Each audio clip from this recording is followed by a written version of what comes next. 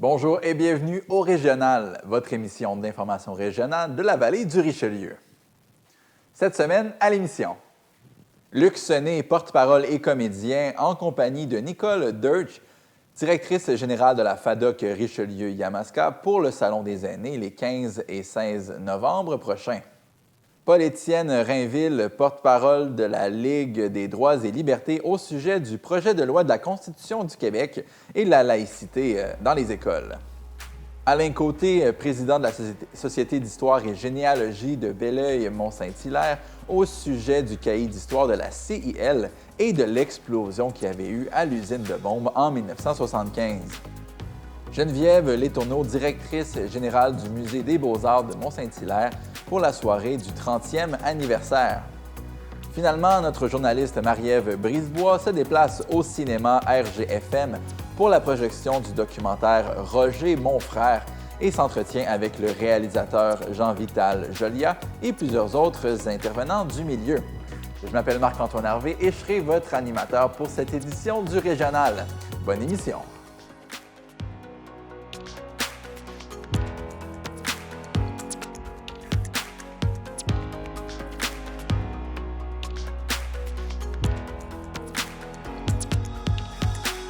Vos actualités cette semaine auront une saveur politique puisque nous avons maintenant les résultats des élections municipales du 2 novembre dernier. Les électeurs de Belleuil ont choisi le changement. Le parti Belleuil, c'est nous, mené par Daniel Picard, a remporté 7 des 9 sièges en jeu, dont celui de la mairie. M. Picard a obtenu un peu plus de 51 % des voix contre 44 % pour la mairesse sortante Nadine Viault du parti Osez Belleuil. L'indépendant Olivier Cholette a récolté environ 3 % des voix. Bien que la victoire de M. Picard soit nette, plusieurs courses de district ont été très serrées, certaines se jouant à moins de 30 voix. Au total, seuls les districts 2 et 3 ont élu des candidats d'Osez Belleuil qui formeront désormais la seule opposition au conseil. Le nouveau maire s'est dit fier du résultat, tout en soulignant qu'il s'agissait davantage d'un vote d'orientation que d'un triomphe personnel. Daniel Picard, qui succède à Nadine Viault, promet de ramener un climat plus collaboratif et d'encourager la participation citoyenne. Il souhaite maintenant abolir la limite de 2 minutes pour les questions du public lors des séances du Conseil. Le parti Belleuil, c'est nous, avait organisé sa soirée électorale au club de golf de Belleuil où l'ambiance était à la fête dès la sortie des premiers résultats. De son côté, Mme Viault a reconnu sa défaite et salué la vitalité démocratique de Belleuil. Sur les réseaux sociaux, il a remercié ses bénévoles et candidats, affirmant que la démocratie avait gagné avec un taux de participation supérieur à celui de 2021. Le nouveau conseil entrera officiellement en fonction le 10 novembre. Parmi ses premières priorités, l'élaboration du budget 2026 et la mise en place des premiers engagements de l'équipe Picard dès le début de l'année prochaine. La mairesse sortante Marilyn Nadeau remporte une fois de plus la confiance des citoyens de Saint-Jean-Baptiste. Elle conserve la mairie pour un 4e mandat consécutif après avoir récolté 56 % des voix lors du scrutin du 2 novembre. Son principal rival, Martin Saint-Gelais, ancien directeur général de la municipalité, a obtenu 30 % des suffrages, tandis que Danny Archambault a terminé 3e avec 14 %. Le taux de participation s'est élevé à 50,45 %, soit 1 245 votes valides. Jointe après sa victoire, Mme Nadeau a reconnu que son authenticité et son honnêteté avaient su convaincre les électeurs. Pour les 4 prochaines années, la mairesse entend poursuivre le travail entamé, cette fois avec 3 nouveaux élus autour de la table du conseil. Elle prévoit une période d'adaptation, mais se dit confiante. On va continuer à se retrousser les manches et on va aller de l'avant, dit-elle. En plus de son rôle à la tête de la municipalité, Marilyn Nadeau espère également reprendre la préfecture de la MRC de la vallée du Richelieu, poste qu'elle occupait déjà avant les élections. Elle dit vouloir miser sur son côté rassembleur pour obtenir l'appui des nouveaux maires et mairesses de la région. De son côté, Martin Saint-Gelais a salué la victoire de Mme Nadeau et remercie les 372 électeurs qui lui ont accordé leur confiance. La mairesse sortante Mélanie Villeneuve obtient un 2e mandat à la tête de la ville d'Otterburn Park après avoir remporté environ 69,6 % des voix lors du scrutin du dimanche soir. Elle a devancé largement son adversaire Stéphane Labbé, qui a récolté 30,4 % des suffrages. Le taux de participation s'est établi à 34,9 pour un total de 2 484 votes valides. L'équipe de candidats indépendants qui se présentait à ses côtés a également remporté tous les sièges du conseil municipal. Mélanie Villeneuve s'est dite touchée par la confiance renouvelée des citoyens et a promis de maintenir le climat positif et rassembleur qui a marqué sa campagne. Le candidat défait Stéphane Labbé a pour sa part choisi de ne pas commenter les résultats après une soirée de dépouillement tenue au Centre culturel et communautaire de la Pointe-Valaine. La municipalité de Saint-Basile-le-Grand a élu pour la première fois de son histoire une femme à la mairie. Kim Méthode, chef du mouvement Saint-Basile-le-Grand en mouvement, l'Alliance Kim Méthode a remporté l'élection avec plus de 700 voix d'avance sur son adversaire Simon Bellemare. Âgée d'une trentaine d'années, Mme Méthode devient aussi l'une des plus jeunes personnes à diriger la ville. Elle succède à Yves Lessard en poste depuis 2017, qui est venu la féliciter pour sa victoire. Élue pour la première fois au conseil municipal en 2021 dans le district 4, la nouvelle mairesse dit être fière de ce moment historique et souhaite travailler dans un esprit de collaboration. Son équipe ne détient toutefois pas la majorité au conseil. Seuls 2 de ses colistiers ont été élus, Martin Lepron dans le district 2 et Gabriel Pelletier dans le district 4. Kim Méthode affirme vouloir miser sur la concertation pour les prochaines années. Le maire sortant de Saint-Antoine-sur-Richelieu, Jonathan Chalifou, a été réélu pour un second mandat avec une forte majorité. Il a obtenu près de 70 des voix avec 461 votes contre 205 pour son adversaire Denis Campeau. Joint au lendemain du scrutin, M. Chalifou s'est dit satisfait du résultat, bien qu'il reconnaisse avoir été surpris par l'ampleur de sa victoire. Avec ce nouveau mandat, le maire entend poursuivre dans la même direction, en mettant l'accent sur l'entretien des infrastructures plutôt que sur de grands projets. Il veut aussi améliorer la gestion des services municipaux, notamment le déneigement, qui sera désormais assuré à l'interne par les employés de la ville. Sur le plan de la croissance résidentielle, Jonathan Chalifou promet une approche responsable et graduelle pour favoriser l'intégration des nouveaux citoyens sans surcharger les services. Même s'il se dit un peu déçu du taux de participation à 47 le maire estime que la population est unie derrière un même objectif, renforcer la cohésion entre le milieu agricole et le cœur du village. Finalement, à McMasterville, les électeurs ont élu Magali Taillon à la mairie avec une victoire éclatante, 80 des voix contre 20 pour son adversaire Antoine Barrette. Elle devient ainsi la première mairesse de l'histoire de la municipalité, un rôle qu'elle dit aborder avec fierté et humilité. Conseillère du district 4 depuis 2021, Mme Taillon entend poursuivre le travail amorcé par le maire sortant Martin Dulac avec sa propre couleur, précise-t-elle. Parmi ses priorités, elle cite l'entretien des infrastructures routières et municipales, une gestion prudente des finances ainsi que l'amélioration de l'accès à la rivière Richelieu pour les embarcations non motorisées. Le taux de participation s'est établi à 38 Son adversaire, Antoine Barrette, âgé de 22 ans, a salué la victoire de la nouvelle mairesse avec respect et optimisme, affirmant que ce résultat le motive à rester actif en politique. Voilà, c'était votre tour d'horizon de l'actualité dans la vallée du Richelieu.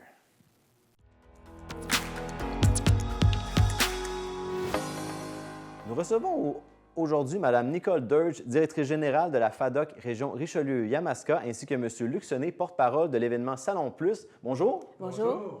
Si on pouvait, pour les gens qui nous écoutent, en résumé, c'est quoi le mandat ou la mission de votre organisme? En fait, déjà, au départ, la FADOC, si je vous fais un petit résumé rapide, la FADOC, on va y aller avec une image, un grand parapluie. C'est une organisation qui est provinciale avec au-dessus de 610 000 membres. Et dans les régions, il y a 16 régions administratives qui sont représentées par un bureau régional. Et nous, la FADOC Région Richelieu-Yamaska, on est une de ces régions-là. On compte, à la région Richelieu-Yamaska, on compte 40 000 membres, ou un peu plus que 40 000 membres. Et à l'intérieur de cette région-là, il y a 7 secteurs d'activité. Il y a 7 régions, en fait, dans lesquelles on retrouve 51 clubs affiliés. Alors ça, c'est ce qu'on représente. Et nous, on est là, on est un organisme de loisirs, bien sûr, mais à la base, on est là aussi pour donner des informations sur plein d'intérêts pour les personnes qui ont 50 ans et plus. Donc, on dit bien 50 ans et plus. La FADOC, on pense souvent que c'est un petit peu plus vieux. Alors, c'est pour des gens qui sont encore très actifs aussi, des gens qui ne sont même pas souvent retraités. Alors ça, c'est notre membre type, je vous dirais. Et on a une clientèle qui va qui dépasse le centenaire aussi. OK. Oui, je vous en reparlerai un petit peu Oui, plus tard, mais c'est quelque chose que je pourrais vous dire par rapport au salon cette année. C'est pour ça que vous m'avez invité, parce que ça C'est pour dépasse ça. le centenaire. Ben faire le oui, lien, c'est c'est sûr, ça. c'est sûr.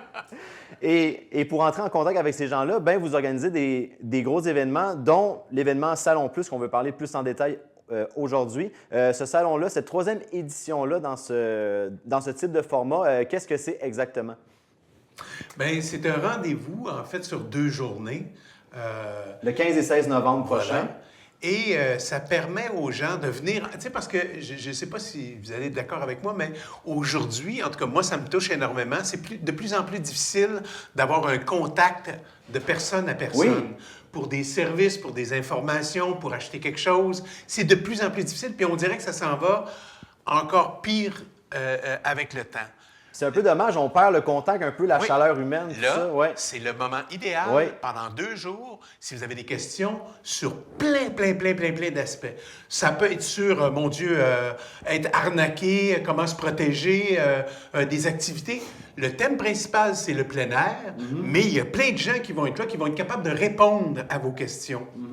Plutôt que de dire, bien, je vais y aller par Internet, puis je vais essayer de poser ma question, puis à un moment donné, l'intelligence artificielle va me répondre.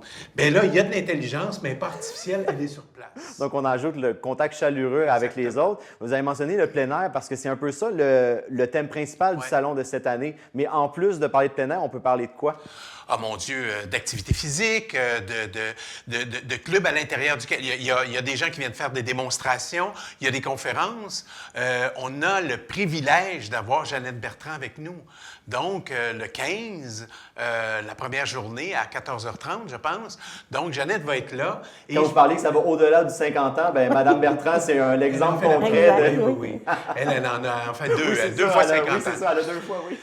Donc, alors, il y a des conférences, et puis ça donne leur... Tu sais, on va pouvoir poser des questions à Jeannette et à tous les autres conférenciers, donc ça devient intéressant parce que c'est un échange. C'est pas juste un truc où je m'en vais puis on me présente des bouts de vidéo, des gens qui parlent devant puis à qui je peux pas m'adresser. Non, c'est l'occasion idéale pour se rencontrer, d'aller vers l'autre. Et quand on a des questions, bien, c'est la bonne place pour venir les poser. C'est comme si on sème un peu un début de réflexion sur comment qu'on peut fonctionner pour demeurer actif et être heureux aussi. Exactement. Ouais. Et à part Mme Bertrand, est-ce qu'il y a d'autres invités de marque, d'autres exposants qui seront présents pendant cette fin de semaine-là? Bien, là, on parle de conférences, Oui. puis on parle aussi d'exposants. On a à peu près d'une centaine d'exposants déjà. Donc, on touche toutes les sphères d'activité, que ce soit la santé, que ce soit l'information sur, justement, tout ce qui touche l'informatique. C'est comme l'informatique, puis la fraude, c'est comme un grand sujet de l'heure auquel nous, on s'est attardé vraiment au niveau de la FADOC de notre région. On touche à beaucoup de secteurs d'activité, voyages également, etc. Mais au-delà de ça, on a des conférences à la fois, des conférences qu'on appelle les grandes conférences ou des conférences vedettes. Et on a aussi des conférences qu'on appelle silencieuses. Silencieuses parce qu'il y a un casque d'écoute. Okay. Nos grandes conférences sont dans une salle, à l'extérieur du salon. Tandis que les conférences qui sont à l'intérieur du salon, justement pour éviter cet aspect cacophonique-là, tout ça, les gens peuvent se procurer un casque d'écoute. Avec l'échange d'une carte d'identité Ah oui, absolument, parce que... oui, pour récupérer le casque d'écoute. c'est ça, exactement. Cette année, on va y aller comme ça, Hey, c'est une bonne le idée. porte-parole est au courant, Oui, tabarouette. c'est ça, exactement. Donc ça, c'est à peu près la dynamique de notre salon, mais c'est pas un salon sur le vieillissement, c'est un salon sur une célébration justement de la vie, comment rester actif après le vieillissement, oui, mais comment on reste actif tout au long de notre vie. C'est ça, c'est pas une finalité, c'est de C'est pas montrer une qu'on peut finalité. continuer à avoir une Exactement. bonne qualité de vie. Exactement. Et vu que c'est la 3e édition, vous dites qu'on vient de parler d'un problème qu'il y a eu dans d'anciennes éditions par rapport à des cases d'écoute qui ont disparu. Mais quand vous tentez le pouls des personnes qui viennent à vos salons, on propose de venir seul ou venir en couple ou avec des amis, comment va présentement notre population de 50 ans et plus? Bien, je dirais que ça va très bien. Nous, notre membership est en croissance. Donc, on a une bonne réponse au niveau de notre région, une belle montée significative. Et la réponse cette année au niveau du salon, bien sûr, là, je ne suis pas au niveau de la clientèle encore qui va venir visiter le salon, parce qu'il n'a pas encore eu lieu, Mais la réponse qu'on a eue au niveau, que ce soit des conférenciers, que ce soit au niveau des exposants, a été plus facile cette année. OK. Donc, ça s'est fait plus facilement. Puis est-ce qu'il y a quelque chose de vraiment nouveau dans l'édition de cette année? Bien, la nouveauté était d'introduire cette année un thème, ce qu'il n'y avait pas habituellement. Là. On a décidé qu'il y aurait un thème. Et il y a aussi le fait que, oui, on a parlé de Jeannette Bertrand tantôt, mais je vous ai dit qu'on avait 40 000 membres, mais sur 40 000 membres, il y en a à peu près une vingtaine, un peu plus qu'une vingtaine qui sont centenaires. OK. Et pour l'occasion, on a décidé de les inviter. OK. Donc, dire, ça va être un traitement VIP, ça va être un accueil qui va être différent, puis on va leur permettre justement Vous avez d'avoir... mérité cet accueil-là. C'est ça, Ouais. d'avoir cette rencontre-là avec Jeannette Bertrand. Donc, ça, ça va être parmi les nouveautés. Autre chose, bien, depuis l'année passée, on répète l'expérience cette année, on fait un tirage moitié-moitié. OK. Alors, le tirage moitié-moitié était très populaire l'année passée, donc on s'est dit, on revient, mais on l'a mis en ligne. OK. Donc, on l'a mis en ligne depuis déjà une semaine ou à peu près, et les gens vont pouvoir aller acheter des billets, aller jusqu'au salon. Et Donc ça, on ne veut pas que les gens se méfient non, d'aller c'est en ça. ligne Non, pour non, non. ça. Puis ils vont pouvoir aussi se procurer des billets sur place, au salon. OK. Et il va y avoir un tirage en fin de journée le samedi et en fin de journée le dimanche. La moitié des frais, des bénéfices plutôt, va à la FADOC pour bonifier ses activités, nous permettre de développer aussi des loisirs pour nos aînés. Et l'autre moitié à la personne gagnante du moitié-moitié. Je me permets, parce que ce qui est assez fascinant, des fois, quand on discute avec les gens qui atteignent la cinquantaine ou un peu plus, c'est de se dire, bon, ben, on a l'impression qu'il y a comme un vide, des fois, qui se produit, surtout quand on est à la retraite puis qu'il n'y a plus de travail. Bien là, on dirait qu'il y a comme une pépinière d'idées, de possibilités. Pour se réinventer un peu. Pour se réinventer Ouais. un peu, puis des fois, aller sur des territoires où est-ce qu'on n'aurait pas le réflexe d'aller. Fait que juste se permettre de prendre un petit temps dans sa vie, de venir visiter le salon, Ouais.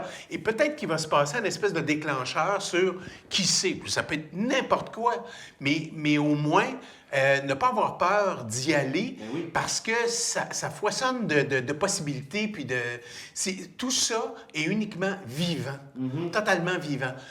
Et je le dis parce que pendant longtemps, je regardais ça de l'extérieur, je me disais, c'était une patente pour les vieux.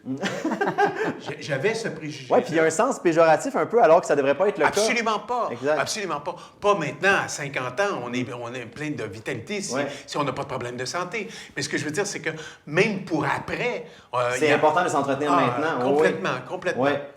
Alors voilà, je voulais dire ça me tentait. Puis au niveau de la programmation des conférences, on a parlé de Jeannette, bien sûr, mais il y a aussi Jannick Fournier qui va être présente. Il y a M. Arpin, il y a Dominique Arpin, Dominique j'ai Arpin, vu aussi. Oui, Ouais. Dominique Arpin. Il y a aussi Marie-Josée Taillefer, OK. qui représente les cliniques LOB. LOB est un partenaire des salons FADOC, pas juste le nôtre. Donc, on parlait de santé auditive, forcément. Donc, elle aussi se représente avec une conférence, puis elle passe aussi la journée au salon pour rencontrer justement la clientèle qui va se présenter au salon pour parler de santé auditive. J'oublie-tu quelqu'un? Ouais. Ben, M. Sonné, forcément. Oui, qui est porte-parole, mais qui va être présent aussi. Qui est porte-parole. mais En qui tant que va porte-parole, on est également- content qu'il soit Sur présent. le bord de verser une larme. là. Donc, Ben, ça avait des... Oui. Non, excuse-moi. Non, mais c'est parce que j'allais dire, nous, on est tout à fait dans le thème parce que le choix de vie qu'on a fait, mon amoureuse Jeannie et moi, ça a été, tu sais, depuis 3 ans, on vit en permanence dans le véhicule. Donc, on vient partager ça un peu sur ce qui nous a amené là, pourquoi on a fait ça, le parcours, parce qu'il y a quand même des difficultés pour y arriver. Oui. Et maintenant, après 3 ans, comment ça se passe? Bien, ça, étant vous-même avoir été confronté en arrivant à cet âge-là d'une espèce de vide, bien, vous avez l'expérience pour dire « j'ai déjà été ici, voici maintenant vers où on peut aller ». Et s'il y en a qui hésiteraient encore avant d'y aller, parce qu'on voit salon 50+, on ne veut pas non plus qu'ils soient découragés par ce chiffre-là. Bien, ils peuvent venir avec des gens qui sont moins vieux, puis ils sont, à ce moment-là, on dit qu'ils sont affiliés, c'est ça? Donc, c'est des accompagnateurs. Accompagnateurs. Non, mais je veux dire, on n'a pas besoin d'avoir 50 Non, ans on pour n'a pas passer. besoin d'avoir 50 ans. On n'est pas comme dans un bar à 18 ans. Là. Eh bien, le salon accueille les gens qui viennent en famille ou bien qui viennent se promener. Ça va leur faire l'occasion de rencontrer, d'aller vers l'autre puis de poser des questions. Donc, l'événement va avoir lieu au pavillon Solio d'Espace Saint-Hyacinthe durant la fin de semaine du 15 et 16 novembre 2025. Et je dois mentionner tout de suite, avant d'oublier, que c'est un événement gratuit. Oui. Le stationnement est gratuit. Donc, tout est gratuit. Je ne vois pas pourquoi que je m'empêcherais d'aller à un événement comme ça. Bien là, s'il y a encore des gens qui avaient des doutes, vous venez de dissiper ce doute-là. Donc, on était en compagnie de M. Luc Sonnet, porte-parole de l'événement Salon 50+, et Mme Nicole Deurs, directrice générale de la FADOC, région Richelieu-Yamaska. Merci beaucoup d'avoir été avec nous aujourd'hui. Merci de votre Merci à accueil. vous.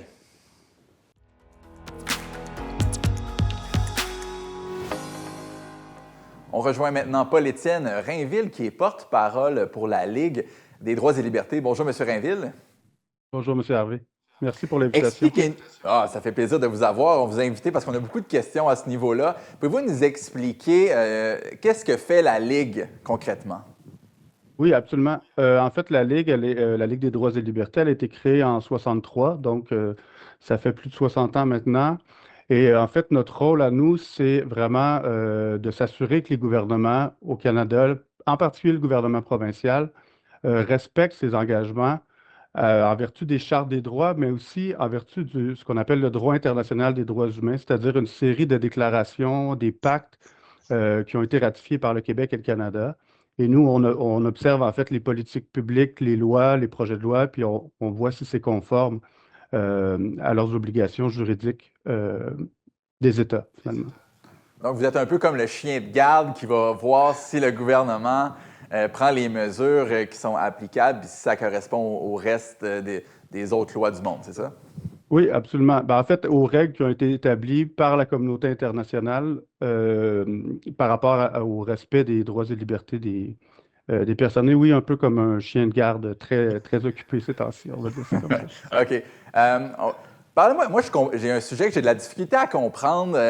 Peut-être que vous pouvez m'aider avec ça. La Constitution, on a déjà une Constitution au Canada, mais là, on a vu un projet de loi, le projet de loi 1, qui souhaite faire une nouvelle Constitution pour le Québec. Est-ce que c'est vraiment utile d'avoir ça? OK, peut-être avant de parler de l'utilité, j'aimerais peut-être parler avant du processus. En fait, dans le droit international, il y a plusieurs États qui se sont dotés de constitutions en vertu du droit des peuples à disposer d'eux-mêmes. Si c'est quelque chose qui est légitime, qui est possible. Le problème, c'est pas ça, c'est que le gouvernement de la CAQ a respecté aucun processus légitime pour l'adoption, pour la présentation de ce projet de loi-là. Et donc, ce que dit le droit international, c'est qu'il faut absolument consulter l'ensemble de la population, tous les acteurs de la société civile, des experts. Et là, on a écrit ce projet de loi-là dans un bureau et on essaie de le faire adopter à simple majorité. Donc, ce projet de loi-là, juste, je tenais quand même à le préciser, c'est un projet de loi qui est profondément illégitime et anti-démocratique. Donc, techniquement, ça prendrait un espèce de référendum pour adopter une loi comme ça, si je ne me trompe pas. C'est exact? Bien, la plupart du temps, le référendum, c'est après, mais en amont, avant, il faut aussi consulter les groupes. Puis en particulier, tu sais, il y a toute une série d'organisations qui doivent être, pas juste des juristes, là, des associations de la société civile, les syndicats, les Autochtones aussi. D'ailleurs, le gouvernement n'a pas consulté les nations autochtones présentes sur le territoire du Québec. Donc, oui, la question du référendum, mais on ne peut pas, avec ce projet de loi-là, aller en référendum parce que le processus à la base d'élaboration de la Constitution est complètement illégitime. OK. Pourquoi dans ce cas-là, on voulait faire une constitution? Quel était le but? Ben, en fait, OK. Le projet d'adopter une Constitution québécoise, c'est un projet qui est ancien. D'ailleurs, les gens qui ont fait adopter la Charte québécoise des droits et libertés de la personne en 1975, beaucoup voulaient la mettre dans une constitution. Le problème, c'est que l'objectif de la constitution de la CAQ, c'est essentiellement, quand on regarde le projet de loi, puis je ne rentrerai pas dans les articles, c'est vraiment d'essayer de concentrer le pouvoir dans les mains du Parlement et d'essayer finalement de contourner les obligations du gouvernement en vertu de la Charte québécoise, entre autres, et d'affirmer ce qu'on appelle la souveraineté parlementaire, c'est-à-dire le principe sur lequel le Parlement est élu, donc est souverain, et qui pourrait, de manière unilatérale, bafouer des droits fondamentaux. Donc, un des objectifs, c'est de contourner les chartes, contourner le pouvoir des tribunaux aussi. Et il y a tout un volet du projet de loi qui est extrêmement dangereux, qui empêcherait certains organismes, et là c'est très flou, très mal défini, d'utiliser des fonds publics pour contester les lois du gouvernement. Donc l'objectif, c'est vraiment de faire en sorte que les lois adoptées par le Parlement ne puissent pas être contestés et finalement de diminuer les contre-pouvoirs. Ça, c'est un des gros éléments. Et d'ailleurs, on trouve souveraineté parlementaire un peu partout. Je peux peut-être juste rapidement dire deux autres éléments. Ouais, Euh, allez-y. un des objectifs, c'est aussi de mettre dans la Constitution la loi sur la laïcité de l'État. Et on se rappelle que c'est une loi qui est ouvertement discriminatoire. Puis ça, d'ailleurs, le gouvernement l'avoue parce que, dans le fond, dans ce projet de loi-là, il adopte une clause de dérogation qui leur permet, dans le fond, de ne pas être visés par des contestations en vertu de la Charte québécoise. Donc, ils savent pertinemment que c'est une loi qui est discriminatoire. Et le troisième élément, c'est de remettre dans la Constitution ce qu'on appelle le modèle d'intégration nationale. C'est une politique qui a été adoptée, qui est en cours d'élaboration. Et l'objectif de cette politique-là, c'est vraiment d'imposer les soi-disant valeurs collectives, les valeurs distinctives du Québec. Et partout dans le projet de loi, il y a cette opposition entre les soi-disant droits collectifs de la nation québécoise et les droits individuels, comme si finalement les droits des individus et des minorités, ce n'étaient pas des droits de la nation québécoise. Bref, il y a Bon, on comprend que la Ligue des droits et libertés n'est pas tout à fait pour ce projet de loi-là. On verra les développements, mais je pense que ça aide les gens un peu à comprendre là, l'objectif derrière ça. Vous l'avez abordé sur un autre ordre d'idée. En fait, c'est peut-être complémentaire à votre réponse, mais il y a l'idée de laïcité, là, surtout dans les écoles. Vous avez également travaillé sur une opinion par rapport au projet de loi 14. Pouvez-vous nous expliquer un peu qu'est-ce que c'est ce projet de loi-là aussi? Oui. C'est le projet de loi 94, ça, c'est pas important, les chiffres. Vous avez dit 14, mais c'est pas. En fait, OK, pardon. ça va. Pardon. Ben, en fait, le projet de loi 94, c'est un projet de loi qui vise à renforcer la laïcité dans le réseau public d'éducation. Le problème avec les lois adoptées par la CAQ depuis la loi 21 en 2019, puis la loi 94, c'est qu'en fait, ce n'est pas des lois pour la laïcité. La laïcité, à la base, il y a trois principes, ben, j'en présenterai deux. Le premier, c'est que l'État doit être neutre par rapport aux religions. Et là, ce qu'on voit de plus en plus dans le discours et dans l'application des politiques, c'est que dans le fond, les lois sur la soi-disant laïcité, elles visent certaines communautés en particulier, et notamment les personnes de confession musulmane. Et on le voit de plus en plus clairement dans les discours. On parle d'entrisme religieux, d'islam radical, etc. Donc, il y a un côté islamophobe, il y a un côté... Et l'autre élément qui est extrêmement particulier, d'ailleurs, j'inviterai les gens à aller lire ce projet de loi-là, juste pour voir les aberrations qu'il y a là-dedans. Un peu partout dans le projet de loi, le ministre de l'Éducation s'arroge le pouvoir de dicter, puis là, c'est les vrais mots, les propos, les attitudes et les comportements de l'ensemble des membres du personnel scolaire pour qu'ils se conforment aux valeurs québécoises et à la laïcité. Donc ça, c'est vraiment une loi qui est, autoritariste, là, assurément, mais qui contrevient à un paquet, qui contrevient à la liberté de conscience, d'expression des individus. Et en plus, on étend l'interdiction du port de signes religieux au service de garde. Ça, c'est une discrimination à l'embauche directe, c'est anticonstitutionnel, c'est illégal en vertu du droit national et international. Donc, ce projet de loi-là, je le souligne, on a fait une déclaration commune de la société civile. Il y a 100 organismes de paquets de milieux différents qui l'ont appuyé.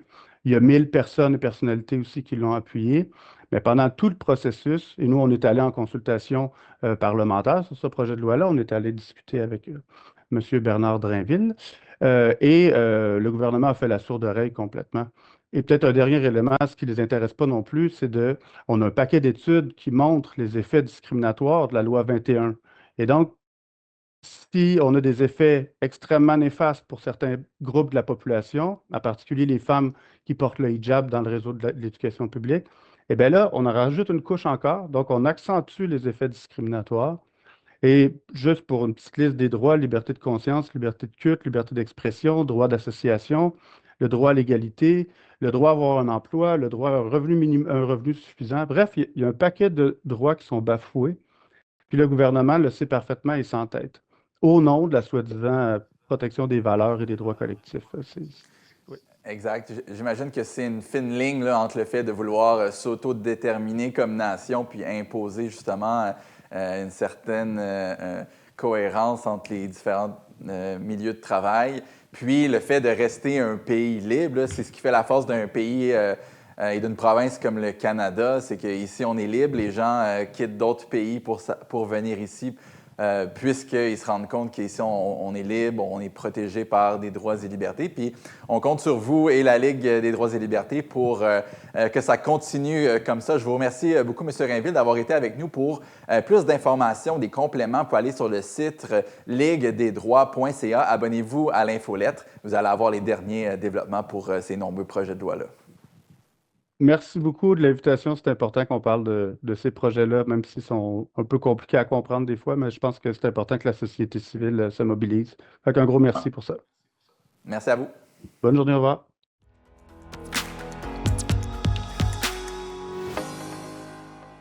À chaque jour dans ma vallée, je fais des choix qui me ressemblent, qui nous rassemblent. À 2 pas de tout ce dont j'ai besoin, je vais à la rencontre de ceux qui prennent soin de moi. Je plonge au cœur de la culture locale, de ses saveurs et de ses couleurs qui me transportent. À chaque jour, j'investis dans la vallée du Richelieu parce que choisir local, c'est gagnant.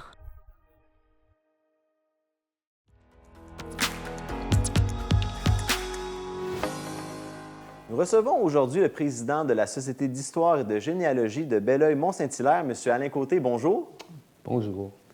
Votre société avait produit en juin 2025 un cahier d'histoire sur une tragédie qui s'était produite dans la région, l'explosion de l'usine CIL le 1er octobre 1975. Et au moment où on se parle, votre organisation vient tout juste de sortir un nouveau cahier. Pourquoi avoir voulu faire un deuxième cahier sur cet événement-là? Pour un simple rappel, le cahier de juin ne survolait qu'en partie l'événement, surtout par une personne de l'extérieur. Entre-temps, on a accumulé beaucoup d'informations, ce qui nous a permis justement d'aller un peu plus en profondeur avec la tragédie. Donc, 3 témoignages d'anciens employés qui ont vécu justement le terrible accident. Entre autres, M. Kenville, qui était sur place lors de l'explosion. M. Plante, qui était chef de brigade à la CIL, mais qui travaillait aussi au poste de pompiers sur le Ré-Caron, qui a été un des premiers intervenants arrivés sur le site. Et M. Leroussès, qui était chef d'équipe, justement, des 2 complexes Nitron qui ont sauté. Mais lui, il était de retour chez lui à Longueuil lors de l'événement. Il s'est précipité sur les lieux, mais les circonstances ont fait en sorte que le barrage routier l'empêchait d'accéder au site. Puis, vous parlez de gens qui étaient présents. 50 ans plus tard, quelles traces cet événement-là a laissé chez ces gens-là? Des traces encore tragiques qui leur sont restées en mémoire. Et c'est avec beaucoup d'émotion que ces gens-là nous ont révélé justement les péripéties qui ont entouré cet accident. Et dans le premier cahier, on parlait d'une revue de presse au niveau de la chronologie des événements. Est-ce qu'on va aussi plus loin à ce niveau-là? Et effectivement, un peu plus loin, puisque, peu par hasard et par chance, lors de la présentation de ce numéro, un donateur anonyme est venu nous remettre certains documents, entre autres le rapport technique qui a fait suite à l'accident, qui venait justement mettre le doigt sur certains problèmes entourant justement la tragédie et les mesures de sécurité à venir. Okay. Donc, ce rapport, une fois qu'il a été déposé, a été rapidement accepté par la compagnie et mis en vigueur. Et quel avait été, à la base, finalement, le problème? Qu'est-ce qui avait causé ou qu'est-ce qui avait été négligé pour que cette tragédie-là se produise? Le rapport technique soulève quelques points, mais n'a pu mettre le doigt vraiment avec certitude ce qui a pu provoquer l'accident. Donc, c'est resté encore de nos jours un mystère. OK.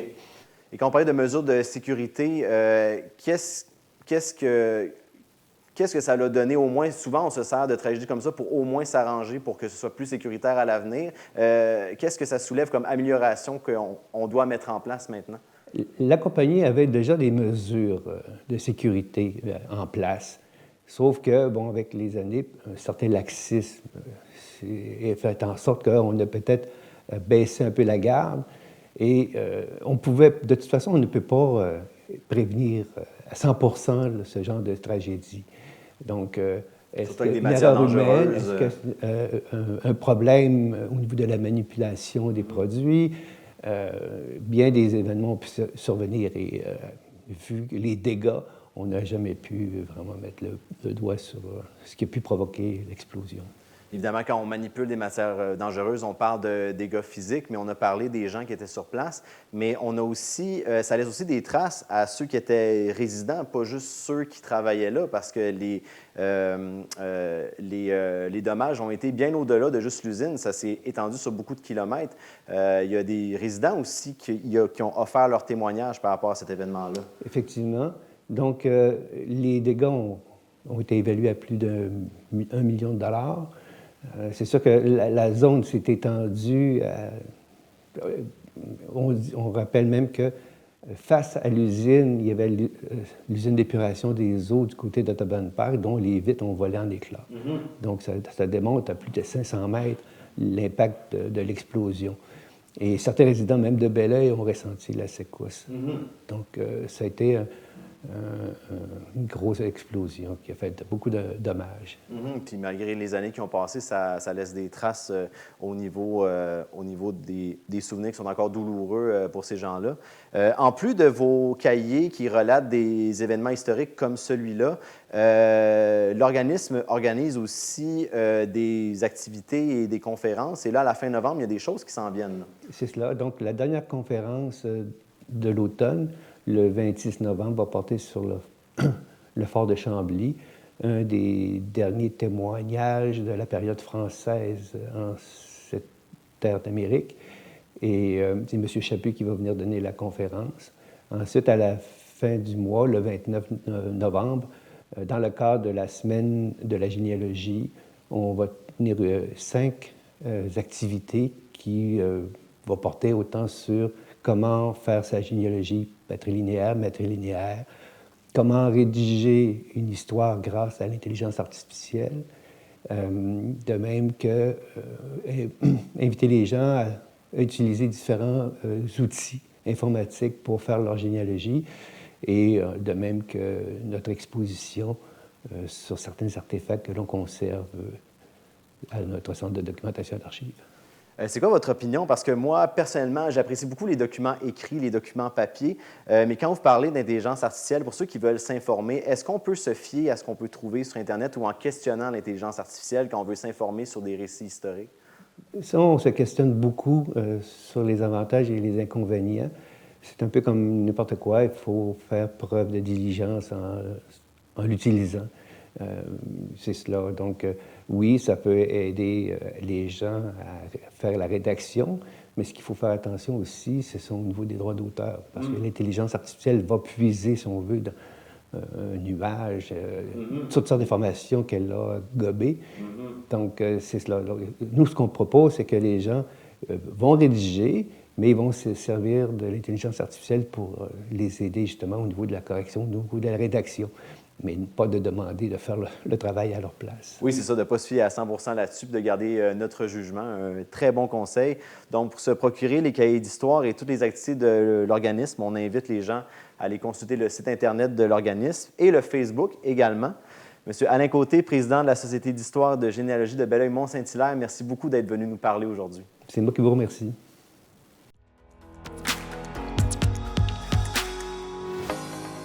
Nous sommes présentement au Musée des Beaux-Arts de Mont-Saint-Hilaire et on est venu sur place pour s'informer d'un événement spécial pour souligner les 30 ans d'exposition du musée. Nous sommes en compagnie de Geneviève Letourneau, directrice générale du musée. Pour souligner les 30 ans du musée, qu'est-ce qui se passe en ce moment? Au niveau de la salle permanente, on a voulu souligner les 30 ans du musée en mettant en valeur notre collection. Donc, 30 ans de collectionnement en plusieurs versions. C'est présentement la deuxième proposition en lien avec nos 30 ans de collectionnement qu'on présente dans la salle permanente. Mais ça, c'est un projet qui est très spécial. Donc, qui va mener à un encamp bénéfice le 15 novembre, samedi le 15 novembre prochain. On a aussi une partie de ce projet-là qui est l'encamp en ligne, qui est en cours présentement jusqu'au dimanche 16 novembre à 17h. Donc, en fait... Comment tout ça a débuté? Parce que c'est par rapport à une succession, tout ça, comment le tout a débuté par rapport aux encans et tout? Bien, en fait, c'est une offre de dons qu'on a eue d'une famille. Donc, une succession, les parents qui étaient des amoureux de l'art, qui collectionnaient de manière très spontanée, très affectueuse, donc des œuvres québécoises, d'artistes québécois, canadiens et internationales. Et donc, les sœurs Foy nous ont proposé la collection Gisèle Savard et Gilles Foy, 91 œuvres en fait, et un objet de collection. Et donc, nous, lorsqu'on a reçu cette proposition-là, bien, il y avait beaucoup de travail à faire. Oui, parce que c'est pas toutes les œuvres qui répondaient à ce que vous pouviez garder dans votre collection permanente. Exactement. Donc, notre champ de collectionnement au musée est quand même bien défini. On est dans les beaux-arts, évidemment, mais on a un champ de collectionnement principal qui est plus autour des 3 mètres Hilaire Montet qu'on connaît, Ozias Leduc, Paul-Émile Borda, Jordi Bonnet. Et je ne donne pas tous les détails ici, mais bref, ça, c'est notre axe principal. On a un axe secondaire qui nous permet aussi de collectionner avec d'autres critères plus spécifiques. Et donc, en analysant la collection Savard-Foy, on savait qu'il y avait une partie des œuvres qui pouvaient intégrer notre collection. Et l'autre partie, bien, on est revenu vers les donatrices et on leur a demandé la permission de faire un encan bénéfice avec leurs dons. Et elles ont accepté tout de suite, ce qui a mené à un autre projet. Donc, en fait, il fallait faire l'inventaire de cette collection-là. Il fallait aussi faire des constats d'état tout de même. Et nous, ici, on a un gros défi au musée. On n'a pas de salle de conservation. Donc, lorsqu'on veut travailler autour de la collection, on doit trouver de l'espace et on doit faire ça en dehors des heures d'ouverture du musée pour ne pas mettre en danger les œuvres et conserver des bonnes conditions de visite pour le public, être disponible au public selon notre ouverture. Alors, on avait planifié en janvier, en février, des périodes un peu plus calmes, des journées de fermeture. Ça a nécessité 6 jours de fermeture en tout. Donc, on a tout désencadré, les 91 œuvres, photographiées, encadrées, pas encadrées, recto, verso. Il y avait des œuvres qui n'étaient pas encadrées aussi. Donc, on a fait un inventaire et des constats d'état.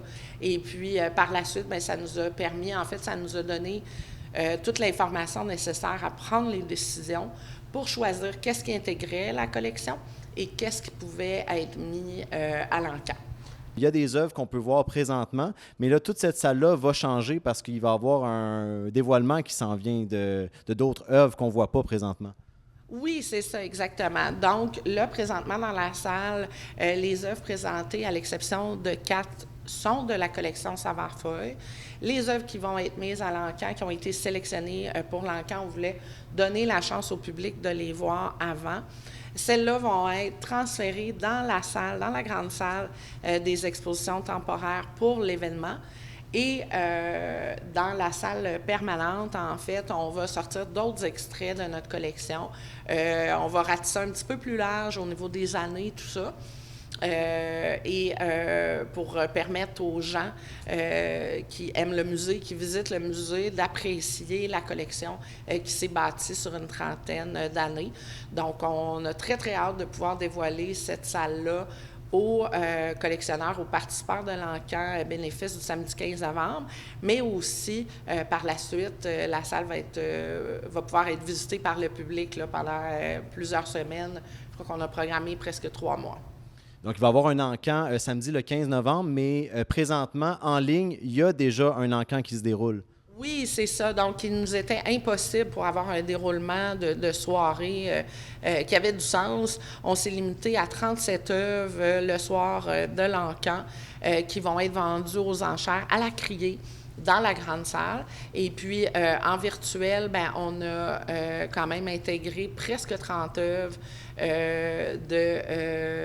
qui étaient là, possibles de mettre à l'encan. Pour lesquels là, les gens vont pouvoir miser jusqu'au dimanche, le 16 novembre. Ce qui est important de préciser, c'est que s'il y a des œuvres samedi, le 15 novembre, qui ne trouveraient pas preneur, bien, on va les mettre en ligne pour le lendemain, qu'elles soient là dès 10 h le matin.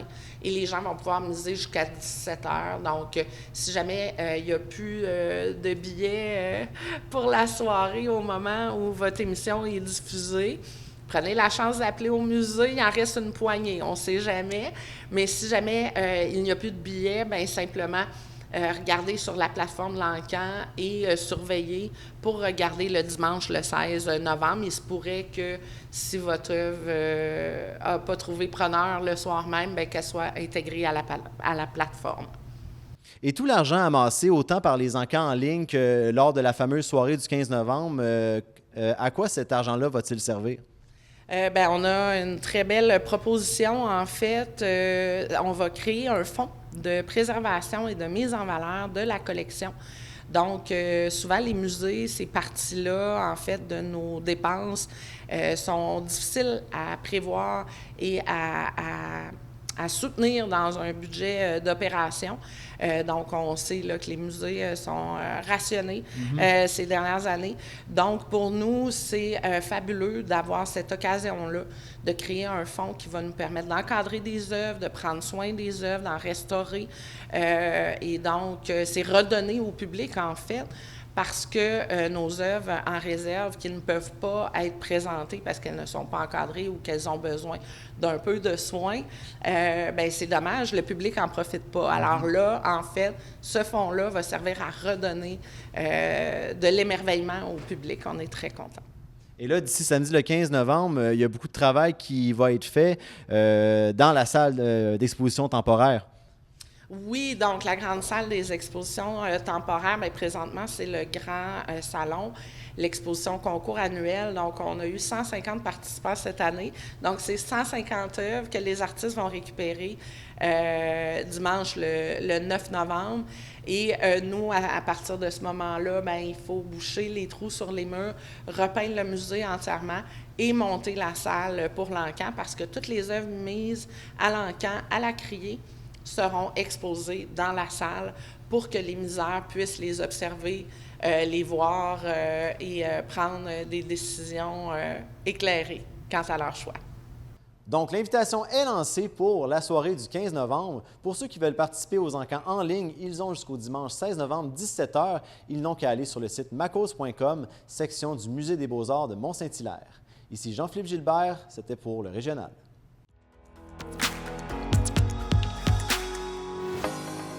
Nous sommes avec Mme Hamel, la directrice générale du RGFM de Belleuil. Mme Hamel, quelle est votre fonction principale ici à cet endroit? Au cinéma de Belleuil, je dirige le cinéma tout simplement de A à Z, d'embaucher les commandes, tout ce qui est opérationnel. Et aussi, j'ai la fonction de m'occuper de tous les événements, tout ce qui est événementiel pour les 6 cinémas RGFM. Donc, entre autres, les documentaires, comme ce soir, dans quelques instants, les gens vont commencer à arriver pour le documentaire Roger, mon frère. Comment vous avez fait pour découvrir ce documentaire-là? Est-ce que c'est les gens qui vous rejoignent avec leur projet ou vous devez faire une recherche à ce niveau-là? Pour cette fois-là, c'est le réalisateur qui m'a contacté, il m'a présenté son projet, tout ça. Puis moi, je lui ai proposé une tournée de nos cinémas, dont le Tapis Rouge ici ce soir. Oui, parce qu'il y a plus qu'un RGFM dans la région. Oui, il y en a 6. Il y en a 2 à Drummondville, 1 à Joliette, Sorel, Saint-Hyacinthe et Belleuil.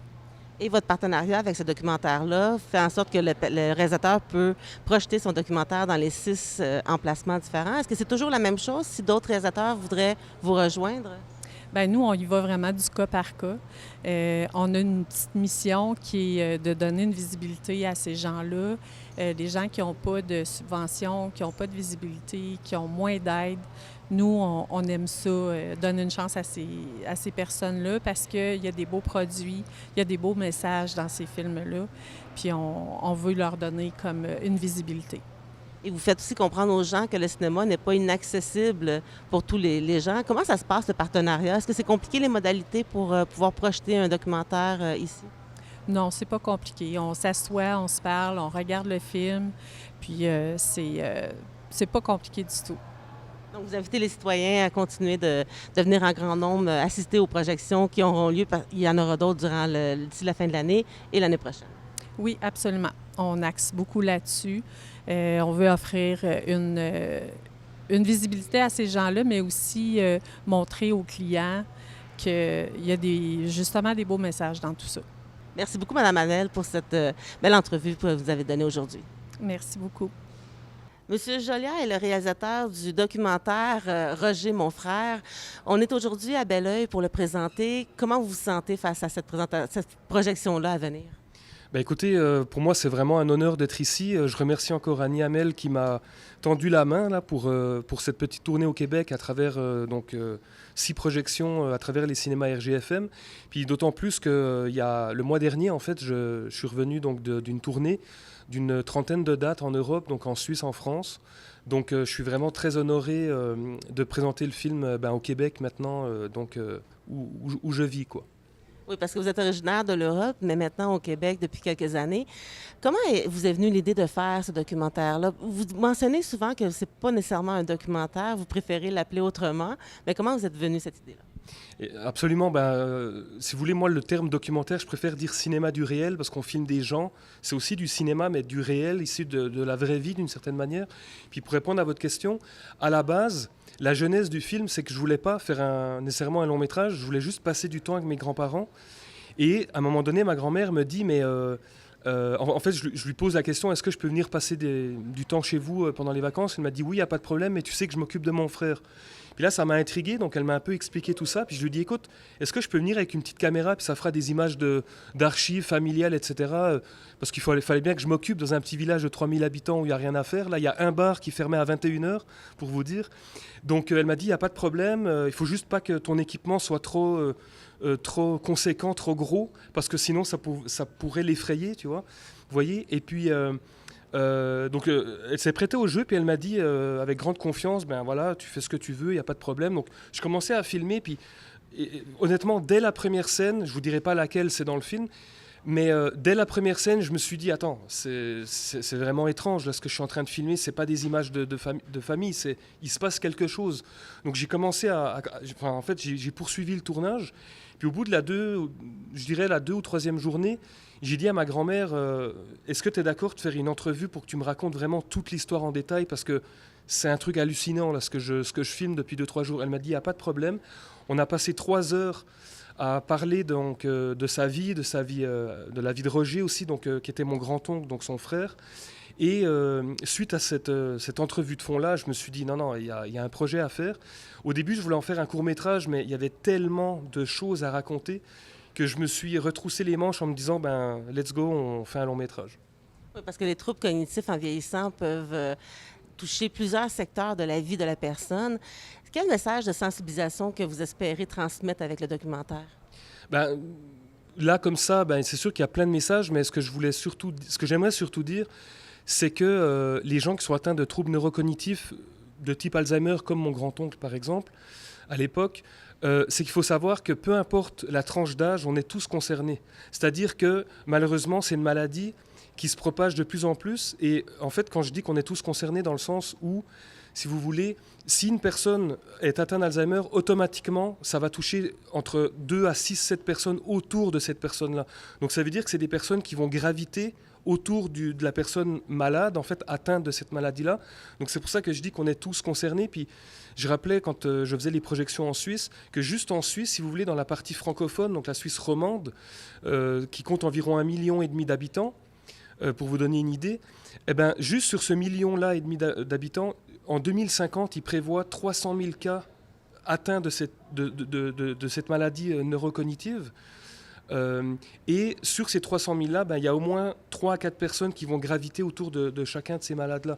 Donc c'est assez, je ne veux pas dire consternant, je ne veux pas non plus alarmer, mais le message que je veux faire passer, c'est que voilà, c'est qu'on peut, peu ou prou, d'une certaine manière, un jour être concerné par cette maladie-là. Mais au-delà du film, pour moi, c'est un film très lumineux, très humain, où on voit tout le combat de ma grand-mère, cette bienveillance, cet amour fraternel qu'elle avait envers son frère. Donc c'est surtout ça le message principal du film, c'est l'amour qu'elle a donné à son frère. Et ça, je trouve ça admirable. Et il y a comme vous dites, il y a des milliers de personnes ici au Québec aussi qui sont aidants naturels. Ce sont des milliers de personnes qui ne se retrouvent pas dans le système de santé pour alourdir celui-ci davantage. Est-ce que vous avez pu voir un peu la même chose au niveau de la Suisse ou la France lorsque vous avez projeté votre documentaire? Quelles ont été les informations que vous avez pu récolter à ce sujet? C'est sûr. Après, je tiens à dire que certains propos tenus par ma grand-mère dans le film restent purement subjectifs. Ça reste son récit à elle, son parcours, etc. Puis qu'il faut en aucun cas généraliser certains de ses propos parce qu'elle a un caractère bien trempé, ma grand-mère. Mais c'est sûr qu'entre la Suisse et la France, il y a quand même des différences. En Suisse, j'ai envie de dire que les institutions sont un peu mieux, mais il y a quand même des choses... Je vais me contenir un peu dans les mots, mais il y a des choses vraiment pas cool qui se passent. En France, c'est pire. J'ai eu des témoignages de vraies personnes, donc des aides-soignants qui travaillent dans des établissements en France, qui sont venus me voir à la fin de la projection en me glissant dans l'oreille je suis d'accord avec tout ce que dit votre grand-mère dans le film, mais je me tais parce que, voilà, 3 petits points. Mais le but de ce film-là, c'est pas de faire de la politique puis de taper sur la tête des institutions. Je tiens aussi à préciser qu'il y a des institutions remarquables, admirables. Il y a des gens, des aides-soignants, des médecins qui sont des anges sur Terre. Donc c'est plus ces gens-là que je veux mettre en valeur. Et voilà, c'est pas un film nécessairement politique où je veux parler de ça. Moi, le message principal, comme je disais, c'est l'amour fraternel d'une sœur envers son frère. En une phrase, c'est ça le film. Et c'est ce qui vous a touché le plus? Absolument. C'est ça parce que on vit dans un monde de plus en plus individualiste et où c'est un peu marche ou crève. Et de filmer ma grand-mère dans une autre époque aussi, dans un petit village en Alsace, etc., ça renvoie aussi tout un message de la vraie connexion humaine entre les gens. Puis on en a besoin en ce moment. Merci beaucoup pour ces mots, M. Joliard. C'est très apprécié. C'est moi qui vous remercie.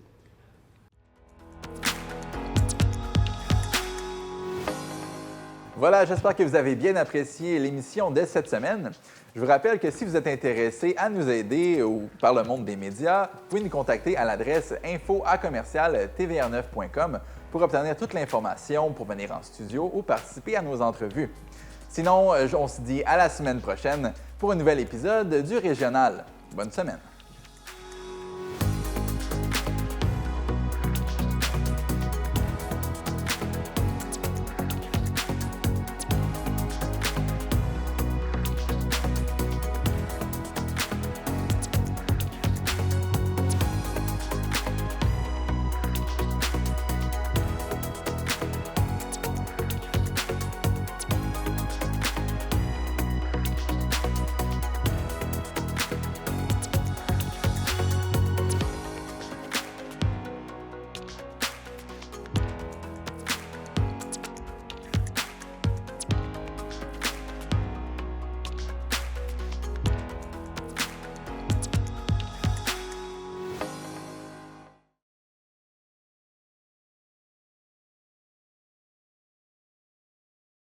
La télévision communautaire autonome parle des enjeux locaux, donne une voix aux citoyens et citoyennes en plus de faire rayonner les talents d'ici. Accessible à tous, elle appartient à la communauté et donc à vous. J'ose ma télé communautaire, mon média de proximité.